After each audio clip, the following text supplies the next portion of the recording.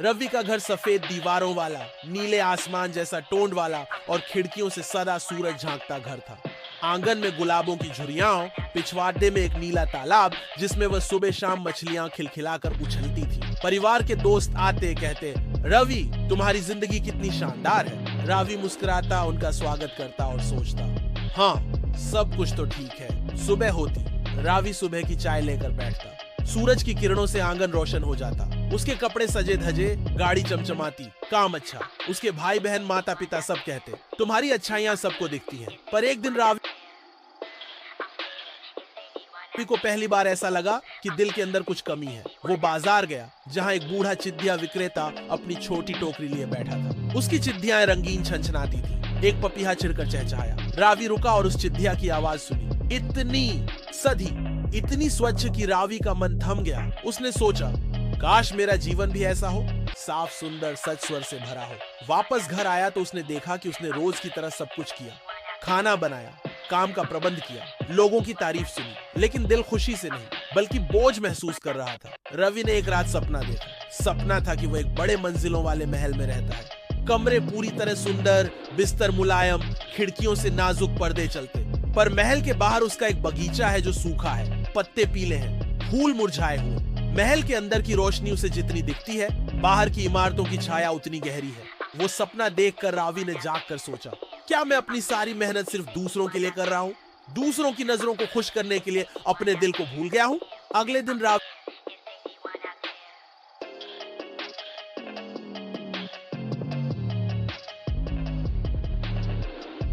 ने सुबह की प्रार्थना के बजाय चुपचाप संतरा लिया। बगीचे की ओर गया। वहां एक गुलाब की कलियां थी, कुछ खुली कुछ बंद। उसने एक बंद कलिका को छुआ। कलिका कठोर थी। उसने महसूस किया कि सुंदरता सिर्फ खुली कलियों में नहीं, बंद कलियों में भी छिपी होती है। फिर उसने पत्रकार मित्र मीरा से मुलाकात की। मीरा कहती थी कि रवि की जिंदगी प्रेरणा देती है। लेकिन रवि ने उससे सवाल किया, तुम मुझे प्रेरणादायक क्यों कहती हो? मीरा बोली, तुम्हारा घर, तुम्हारा काम, सब कुछ बहुत उत्तम है। रवि ने कहा, हाँ उत्तम है, पर जब मैं खुद से पूछता हूँ कि मैं किसके लिए इतना बना रहा हूँ, खुद के लिए या दूसरों की तुलना में, तो जवाब अधूरा लगता है। मीरा ने आंखें गहरी करके देखा। उसने कहा, आपको क्या चाहिए जहां आप सच में खुश हो? रवि को एहसास हुआ कि वो अपनी खुशी के रंग चुनना भूल गया है। उसने तय किया कि वो 2 दिन की छुट्टी लेगा और जंगल की ओर जाएगा जहां कोई दिखावे नहीं होंगे, केवल हवाएं, पेड़, नदी की धारा होगी। वो पैक कर गया, एक छोटी बैग, पानी, कुछ फल, कॉपी और पेंसिल। उसने अपने शहर की चमक धमक छोड़ी और जंगल की ओर निकल पड़ा। जंगल सुंदर था। पत्ते हरियाली से झिलमिला रहे थे। सूर्य किरणें दरारों से नीचे गिर रही थी। पक्षियों की कलरव थी। रवि ने नदी किनारे बैठकर पानी की ठंडक महसूस की, पत्थर सर पर रखे और लिखा, मैं कौन हूँ जब कोई तारीफ ना कर रहा हो। उसने लिखा कि वह खुश किस चीज से होता है, जब ठंडी हवाएं उसके सर झुझोड़े, जब बचपन की याद आए, जब वो गीत गा सके, जब वह रो सके बिना डर के। रात को वह नदी के किनारे सोया। चांदनी ऊपर झिलमिला रही थी, तारों की झिलमिलाहट थी। रवि ने ऊंची आवाज में गीत गुनगुनाया, उस गीत को जो उसने कभी स्कूल की सभा में सुना था, और महसूस किया कि उसकी आवाज, उसका गीत, उसका दुख और खुशी सब मिलकर उसका हिस्सा है। दूसरा दिन हुई। रवि ने सुबह उठकर देखा कि जंगल में एक हिरण पानी पी रहा है। हिरण शांत, निडर। रवि ने धीरे से देखा कि हिरण डर नहीं रहा, क्योंकि वह अकेला नहीं है। पेड़ों, नदियों, हवा सब उसकी उपस्थिति जानते हैं। उसने कॉपी में लिखा, मैं अकेला नहीं हूं। वापस लौटते समय रवि ने तय किया कि जिंदगी में दिखावा कम करना है और सच्चाई की ओर बढ़ना है। उसने सबसे पहले अपने घर पहुंचकर अपने परिवार से कहा कि वह अब सब कुछ दूसरों की नजरों के लिए नहीं करेगा।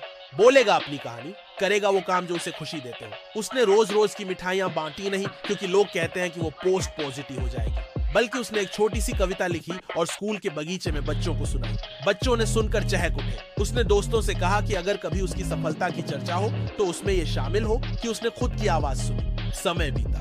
रवि की जिंदगी में हल्के मुस्कान आए। रोज रोज की सफलता भी थी, काम, समाज की सराहना, पर इसके अलावा भी एक नई चीज थी। सुबह का गीत, नदी की आवाज, किताबों की धुन और उस सुकून की भावना कि मैं जो हूँ वो ठीक है। जंगल सुंदर था। पत्ते हरियाली से झिलमिला रहे थे। सूर्य किरणें दरारों से नीचे गिर रही थी। पक्षियों की कलरव थी। रवि ने नदी किनारे बैठकर पानी की ठंडक महसूस की। पत्थर सर पर रखे और लिखा, मैं कौन हूँ जब कोई तारीफ ना कर रहा हो। उसने रोज रोज की मिठाइयां बांटी नहीं क्योंकि लोग कहते हैं कि वो पोस्ट पॉजिटिव हो जाएगी, बल्कि उसने एक छोटी सी कविता लिखी और स्कूल के बगीचे में बच्चों को सुनाई। बच्चों ने सुनकर चहक उठे और ये महसूस किया कि एक आदर्श जीवन वो जहाज नहीं जहां हर चीज एकदम चमकती हो, बल्कि एक ऐसी नाव है जिसमें अपने रंग हो, अपनी कहानी हो और जहां कभी कभी तूफान भी आए लेकिन हार न माने। मीरा ने आंखें गहरी करके देखा। उसने कहा, आपको क्या चाहिए जहां आप सच में खुश हो? वो पैक कर गया। एक छोटी बैग, पानी, कुछ फल, कॉपी और पेंसिल। उसने अपने शहर की चमक धमक छोड़ी और जंगल की ओर निकल पड़ा। रात को वह नदी के किनारे सोया। चांदनी ऊपर झिलमिला रही थी, तारों की झिलमिलाहट थी। रावी ने ऊंची आवाज में गीत गुनगुनाया, उस गीत को जो उसने कभी स्कूल की सभा में सुना था, और महसूस किया कि उसकी आवाज, उसका गीत, उसका दुख और खुशी सब मिलकर उसका हिस्सा है। और ये महसूस किया कि एक आदर्श जीवन वो जहाज नहीं जहां हर चीज एकदम चमकती हो, बल्कि एक ऐसी नाव है जिसमें अपने रंग हो, अपनी कहानी हो और जहां कभी कभी तूफान भी आए लेकिन हार न माने।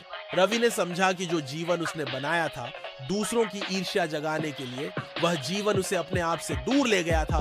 पर अब उसने चुना है कि चमक दूसरों को आकर्षित करे, पर दीप उसकी आत्मा से जलता रहे। आखिर में रावी ने एक शाम अपने बालकनी पर बैठकर सूरज के डूबने को देखा। आसमान लाल पीला हुआ, बादल सुनहरे किनारों से जगमगा रहे थे। उसने गुनगुनाया, चाहूं मैं जो हो जाऊं मैं 100 रूप रंगों का, पर सबसे सुंदर हो वो जो बजती है अंदर की तरंगों का। और उसने जाना कि जीवन सिर्फ इमारतों, तारीफों, संपत्ति का नहीं है। जीवन है आत्मा की आवाज, दिल की धड़कन और सच्चे खुशी की खोज।